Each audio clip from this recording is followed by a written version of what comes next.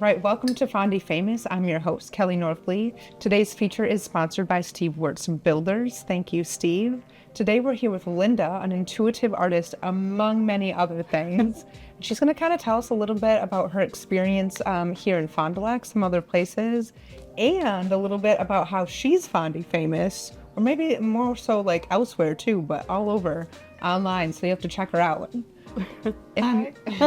If you would just tell me a little bit about you and maybe start with kind of what you do and what we were discussing. Oh, yeah, I'm Linda Fabry. I'm an intuitive artist, an expressive arts facilitator. Nobody knows what that is. I have a bachelor's level degree in art therapy. I work with people and help them connect to their creative spirit using lots of different modalities, but mostly painting and drawing. I use a technique called paintgazing, which is kind of like ink blots. I use that for divination. So it's like cloud gazing or crystal ball gazing, and or tea leaf reading is a good analogy to it. So I work with people one-on-one and in groups where I put paint down, I read the image, and we get some messages for their life path. Okay. I make oracle cards. I do soul portraits, which is I channel energy. So I'm trained in healing touch, and so I tune into people's energy and also pull from past life regression and all these different modalities that I've learned, and channel that into an image that features their eyes, but also then images come through intuitively that help them kind of decide on life purpose issues and things like that. So very eclectic, Okay. Very eclectic business that keeps evolving. Okay, what of those things do you think that you like the most and enjoy the most? I really like working. I like working one-on-one. I love the art support groups. So I do a free art support group. I do it online through Zoom, but I also have done it in person. Okay. And so it's just people show up and I show up, and then I kind of read the energy of the room, what people are working on in their own individual lives. Do you And see them in the Zooms? Mm-hmm. Yeah. I know So sometimes people don't use videos. Oh, yeah. So I request that they have their video on so we can kind of communicate. Yep.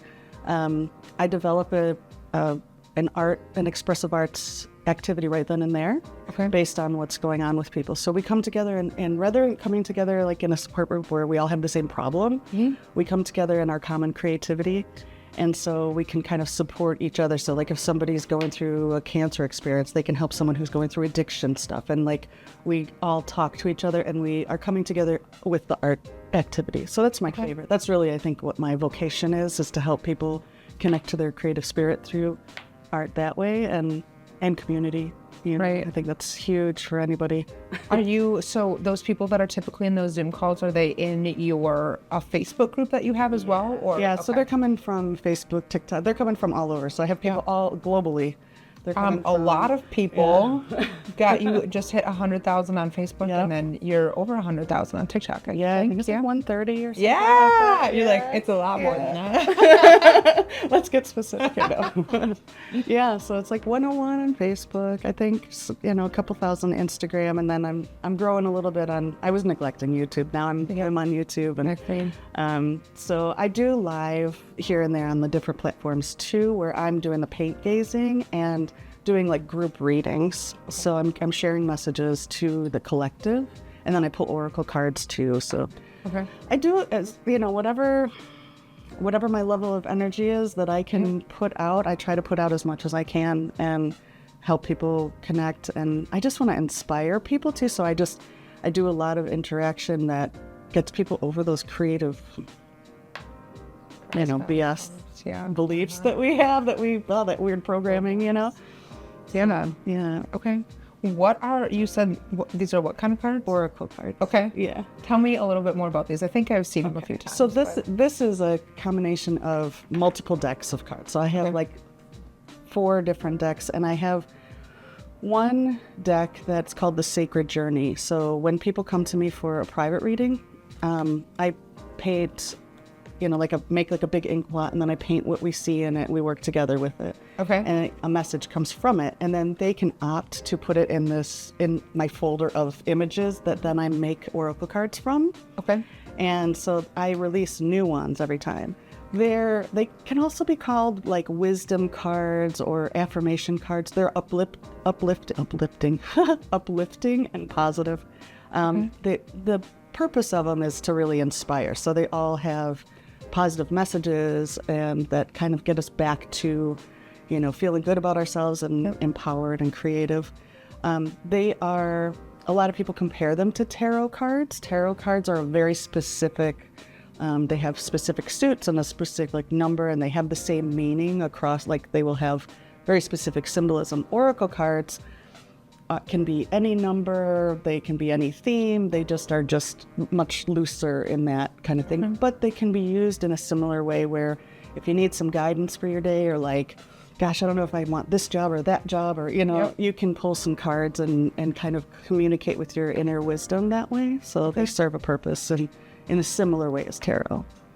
But I don't have the discipline to make a tarot deck yet. Oh, gosh. That's a lot. And you would paint them all then too, right? Yeah, so this is, the first deck I did was this. I just decided, I'm like, I want to make a oracle card deck. Yeah, go for it. So I said, I had no idea how, but I'm like, I'm just going to start. Yeah. And so that's how we all do it, right? I was like, I'm just going to make 22 images, and my favorite thing to paint is trees. So I was like, I'm going to make, and they're still intuitive. So I just put down a bunch of paint, and then I put a tree over it. And then some of them turned into this tree or that tree. And then the images come first, and then the words come from the images. The images tell me what the message should be. So for example, if it's a birch tree, the birch tree one was like, you got to let go of your old layers. You know how birch tree shed their layers? They got to let go of old layers of yourself, and it kind of makes you vulnerable, but it's going to let more light in. So the trees told me what the writing is. And so I made those, and then I started out having them printed at like Staples, and then I didn't know how to do the graphic design to put stuff on the back, so I just ended up hand stamping them. Okay. I used to cut all the corners myself, and my goodness, it was pretty nuts. But so now this hand stamped? That one, so I still have a limited edition. Yeah, so the trees and there's this deck is called the Sacred Journey.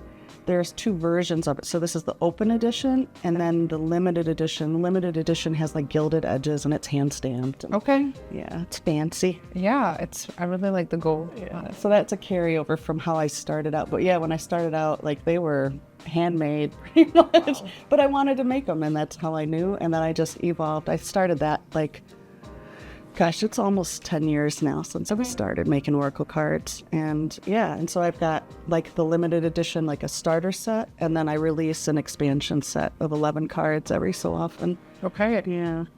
That's pretty incredible. It's a passion project. We all have them, right? Yeah. Okay. Yeah. So you said that you've been doing these for about 10 years. How long have you been in Fond du Lac? I came to Fond du Lac in 2006 to go to Marion. So I just, hit the jackpot, found the Working Families Grant and a degree in art therapy, which those two things was in 2006. There were not a lot of places to get a degree in art therapy. So I was really excited. Came up with my son. He was 4 at the time, and it was amazing. So I was really lucky. And so then in 2010, I gave away almost everything I owned except for what I could fit in my car, and moved. And we did some traveling. I homeschooled my son. We traveled to different places. And I think in 2012, I decided to come back because I was like, Fond du Lac was the place to be. It felt like home after all that time here. And I moved away again, and then came back again in 2018. So I've been here on and off since 2006. But it just keeps pulling you back. It does. It really does. Yeah. It feels like I'm glad to hear that. Yeah. There's so many, like I was saying, it's like a Goldilocks. It's just, I love that it's a county seat. It's got the right number, like the population is just right for me. I like that. One of the big ones was being able to drive in any kind of weather. Anywhere in town. Yep. It doesn't matter what the weather is, I can get to where I need to go. Yeah, and I don't have to worry about it. Whereas where I was living, I grew up in Illinois, and one of those far suburb of Chicago. I left my plates on, my Illinois plates on for the longest time because I'm like, it's a good excuse for my bad driving. But yeah. So it's true what they say. I'm not saying, but yeah. But I had to drive far to go anywhere where I was before. And here, I just like that it's... Yeah, it's like 15 minutes, everything is there. Yeah, I love that. And people, my son, when we were little, when he was little, he said, he goes, I feel like the closer we get to Canada, the nicer the people are. That's like, it's a good theory, maybe. I don't know. So I've always loved Wisconsin. When I was younger, I used to ride a motorcycle and I would just take off and I would end up here. I'd go up Rand Road, which was Route 12. Okay. And it was pretty rural. And I would just take it as far as I could and I'd end up here. I was just drawn here. I had never even heard of Fond du Lac until 2006. But once I did, it was... There must be some connection there somehow. Yeah. Well, it's funny because up in Oshkosh, there's a street with my last name. Wow. Yeah, there's a Fabry Street, which is really weird. I happened upon it one day and I was like, what is going on? And then I found out that I have, my great-great-grandparents came here to Wisconsin. And when they were letting people take land and all that stuff. And some interesting history. Yep. So there's something here that it's always called to me. Yeah. And it's just beautiful. I mean, the state parks. What more can artists want than beautiful nature? Yeah, we've been exploring those a lot this summer. Yeah, they're great. Beautiful. There's nothing like them. And the lakes, I just went. Mothi is one of my favorite places. We haven't been there yet. I don't think I've ever been there. Not that I know of or remember, but it's been recommended quite a few times now. So it's beautiful there. Yeah. And it's very different than Arizona. When I lived in Arizona, you go in the water there and it's really warm. Yeah. And it's odd to me because I grew up going to Lake Superior when I was little. And it's like the colder, the cleaner in my mind. So, yeah, the lakes here are very clean. And have you been in Lake Winnebago? Well, I haven't been in. Do people go in Lake Winnebago? We don't have to go down that hole, but I didn't know that was a thing. I thought it was just for looking at it. Yeah, that one might just be for looking, for fishing. Yeah. Oh my goodness. So Fond du Lac has always called you. You keep coming back, huh? Yeah, I mean it's a great town. I looked at it when we were looking. I was looking at lots of different, and there's great towns around it too. But I really enjoyed it. And it's got everything I need here, and I like the people, and it's beautiful. So here you are. Here I am. Keep coming back.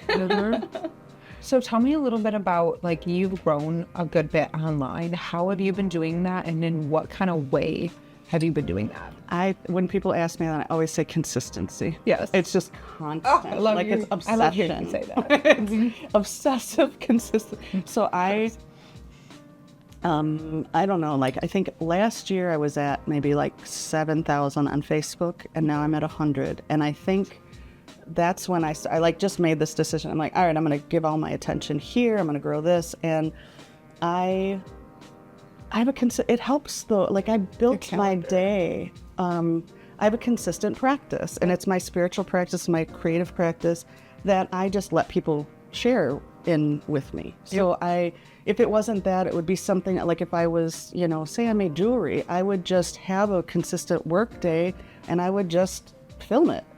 Our day is just, it can be content, just letting people in, but it's consistent. So every single day I get up, I make a cup of coffee, I take Lulu out, and then I sit down and I paint And is it always live when you do this? Yeah, most of the time. Most of the time I'm live when I do that. It wasn't always, but I always have recorded it. Okay. And part of it now is I like the process of making the time lapse thing. So it's part of it. It's an extension of my process now. Helps me reflect on it.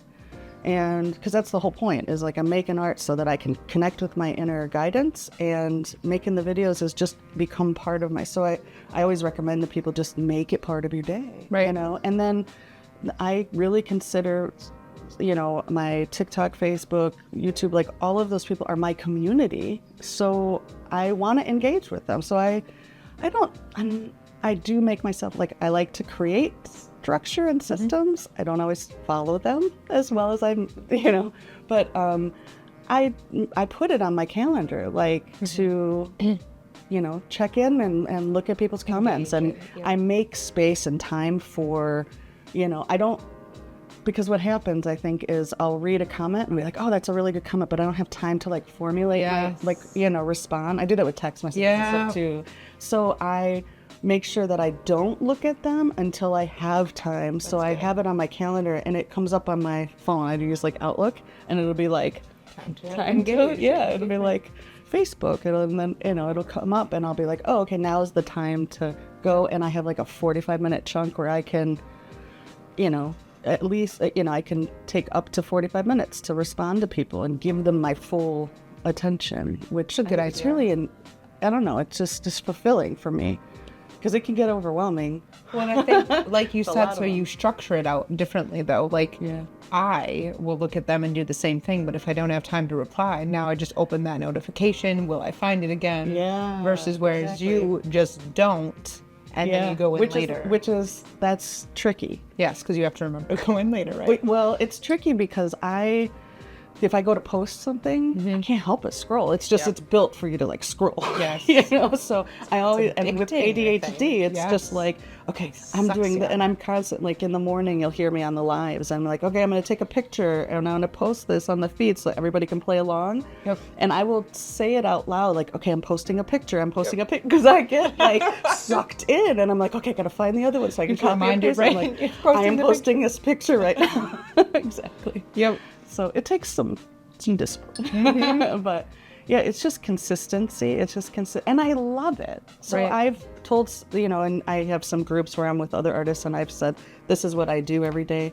And some of the responses were like, oh my God, that sounds awful. Like, I would hate to do that. And, well, then don't. Oh, that sounds like whatever. And I'm like, oh God, I really enjoy it. I love my people. I'm thankful for my community. I love hearing, I like seeing I get to see what all these different people, I put a picture of like the ink blot when it's before I paint on it. Yep. And I asked her like, what do you see? And like 60, 70 different ideas and they draw on it and I get to look. I mean, that's so fun. How can I not love that? So I get to see it's all in perception and mindset too. It is, like if they say they don't like it, they're not going to enjoy it. But well, and that's it too. Yeah. So that's what I always tell people, when people say like, oh, you're wasting paint or it's so messy or you should tape the edges or whatever. That's totally good. Like, good. Yeah, have your perception. But just so you know, like you can choose a different way to look at it. I think that's what's fun for me is I get to maybe inspire someone to change their mind and practice with something as innocuous as art. It's safe to change your ideas about an art piece where then you can take that and change your ideas about some other things that feel more important. Never thought about that, taking it from art to off paper. Interesting. That's the beauty. That's why I love art therapy, I think, because it's something that people can work with, get your hands in the clay with something that's safe, right? And practice the skills that you can take into your life, And that's what I do every day, and I love it. So how could I not be constantly engaged what you do? Yeah, exactly. And I think that's where it grows. I think when we give our attention to our passion and the things we love, it just grows naturally. It's the second conversation I've had like that today. Yep. Must be a sign of some sort. I don't know. If it's once, it's one thing. It's just a truth, I'll pull a card and watch this. Oh, look, it's that one I was telling you about, creative vision. Oh, yeah. So that's that. Who's the... What are the chances of that, though? No, that's pretty good, really. Shed the layers of old identities, protect new ideas by being vulnerable, open, and honest with yourself. So, I think people are kind of scared to say they like things. People feel... There's this thing where it's like, if I show the thing I like, you kind of get attacked. Yeah. And so people are real hesitant to just be like, I love this drawing, or I like my drawing skills. People are apologetic about it. And I think that's something we need to, I was sewing my bags live and I was like, oh, my awful sewing skills. And I'm like, oh, I'm doing it. Like I don't do it with drawing, but I'm doing it with that. So it's just this vulnerability, I think. And I think that's what keeps people from posting online and doing their social media is they feel very vulnerable. They think they're going to do it wrong. And I don't know how you can do it wrong. You can't show up. You're not the wrong person. You're just showing up as you are. And You're not the wrong person. You're just not the right person for everyone. Right. Yeah. Well, and you just can't include them in your equation. Right. So that's the problem. I think that's the big thing. Like, I remember listening, like, and many, many, many people say that, but I remember listening to Wayne Dyer one time, and he's one of my favorites. And he was saying, like, you know, in order to accomplish what he accomplished, somebody asked him, like, what did you need to do? And he's like, I just had to let go of other people's expectations or what other people thought. And that's always, I hear that over and over and over and over. Like, that's the one constant in people's success is they leave other people out of it. Right. You can't. You just have to treat it out. Yeah, you don't know what's best for anybody else, and they don't know what's best for you. You only know your peace, and so that's the only thing we can work with. Yeah. And you don't serve anybody else by not, you know, expressing yourself as fully as possible. That's for sure. That's true. You were meant to. Tried that many times. So this easel here that you see, I don't know if you heard the easel story. Sure. So in 2010, when I moved from Fond du Lac, I gave up all of my art stuff. I gave it all away. I said, I'm done being an artist. Because I started my career in 2001 as an artist. I sold on eBay. I did all the things that artists do. And then in 2010, after I got my degree, I was like, okay, I'm going to get a real job now. And I'm going to like be into the world and all this. And so I gave away all my art supplies. Yeah. And I've always been an entrepreneur. Yeah. So that's just You just can't silly take thing it out. to say. No. And so I tried to do that. And I failed miserably. When I came back to Fond du Lac in 2012-ish, I was like, I don't know what I'm doing with my life. Like none of this is working. What is going on? And I have a friend who did Akashic record readings at the time, which is just, I don't know if you're familiar with that. It's basically some guidance from your like guides and just kind of tapping into things. And really it's very helpful for when you're trying to figure out your vocation, your life path. So I set an appointment with her and I was very excited about it. I'm like, that's what I need. I need to like get some help and some guidance. And I really had very little money at the time. And I set aside her fee, and then she needed to reschedule because she had some plans. She's like, oh, can we do it next weekend? I have this thing. And so I'm like, okay, so that money sat in my wallet, and I was like, oh, it was tempting to spend it. But instead of spending it, I'm like, no, this is an investment in me. So I put an extra $5 on it in my wallet. The day came, and we do the reading, and the whole thing is about like, you're supposed to be an artist. Like you are born to be an artist. You need to stand in your light as an artist, all this stuff. And I'm kind of like, you know, it's not what I'm like. I just want the one thing. And she's at one point I remember, I'm like, I just kind of want this.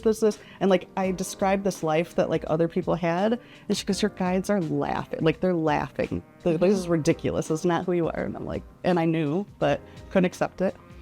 And so the reading happens, and then we go, and she also makes like soaps and stuff. She's very crafty. She's an artist also. And so she was showing me her studio, and she's giving me a tour, and we go into this room, and she pulls out this easel, and this voice comes up from in me, and I'm like, that's my easel. I screamed at her. I was like, that's my easel. I bought that easel in 2001 when I started my career. Oh, it was yours. It was mine. Oh my God. It went to Goodwill in 2010. It ended up in some rummage sale in like north of North Fond du Lac. Okay. And then it ended up with her. She found it. She bought it. And I'm like, how is this possible? 2 years later, it shows up. And I knew it was mine because it's got handprints from my son on it. Yeah. It's just, I still get weirded, but... And she's like, oh, you can have it. And I'm like, no, and I wouldn't even take it. I left there without it because I was just so like, oh no, I can't accept that I'm an artist. Yep. You know, I got home and I called her. I'm like, and I really think I should have this easel. I said, let me buy it from you. And she goes, but you already did, because I gave her that extra $5. She goes, I paid $5 for it. And I'm like, what is going on? So that easel was, I mean, how am I going to deny that? Right? So yeah, that's my easel. So even when we try not to follow who we really are, finds us. It's gonna, just like the universe kind of bumps us back, like we hit the bumpers, and it's amazing. So, and that's part of like Fond du Lac has been like that for me too. When I went to Marion, I made this decision. I'm like, I was a single mom, and I'm like, I'm going to get my degree in art therapy. Now, mind you, I barely graduated from high school. Yep. I was a horrible student, and all the teachers told me that I would be horrible as a student. I would not be successful in college. And I think I was doing like tarot readings on AOL chat or something. And people were like, you're such a natural counselor. You should. And I had heard of art therapy. I used to ditch class and go to the library when I was in high school and read books about the brain and stuff. Like, I'm just kind of weird like that. So I was studying neuroscience and art therapy and stuff in its early stages. So I was like, I think that's what I want to do. So I started calling, and people were like, you should be able to find money for a single mom to go to school, da-da-da-da-da. And I'm like, all right. So I made a list of schools. I started calling them. I got through like 12 of them, and it was just, I kept hitting walls. And then I stopped. I gave up. And I went out. I took my son somewhere. We came back, and I had a message on my answering machine, because that was a thing in 2002 or whatever, 3. And it was from El Verno College, and El Verno on my list was right above Marion, and I accidentally called Marion. Oh. And I was like, do you have any money for, like this isn't, well. So I called the wrong number and then I got directly into the director of Working Families grant. I don't know how, because as a student, it was hard to get a hold of her all the time anyway. So like, that was a miracle in itself that I like got, and it was, everything just lined up, boom, boom, boom, just like that. As soon as I think it was in that letting go, because I was like, oh, this isn't a thing. I'm done. And then it just worked right out. And so that's a lot of... Right when you want to give up. Yeah, like, it is. And I see that in my... Like, I can look at my analytics on my social media, and it'll, like, spike, and it'll be like, oh, that was right when I was like, I'm done with this crap. And you can see it, Oh, yeah, and it just... Yeah, so it's just... Yeah, it's... The whole process is letting go. And I learned that from art. You just let go and trust the process. Let go and trust the process. For sure. I feel like I just experienced that, so I just love hearing you say that. Yeah. The easel is a powerful story. Isn't that wild? You're meant to be doing this. And I need the constant reminder. I think we all do sometimes. Yeah, God will.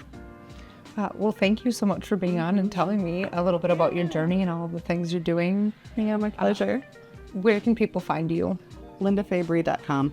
All right. Or on any of the socials. Yeah, it's just by my name. Perfect. Yeah. Well, thank you so much. I appreciate it. My pleasure. It was great chatting with you. Thank you.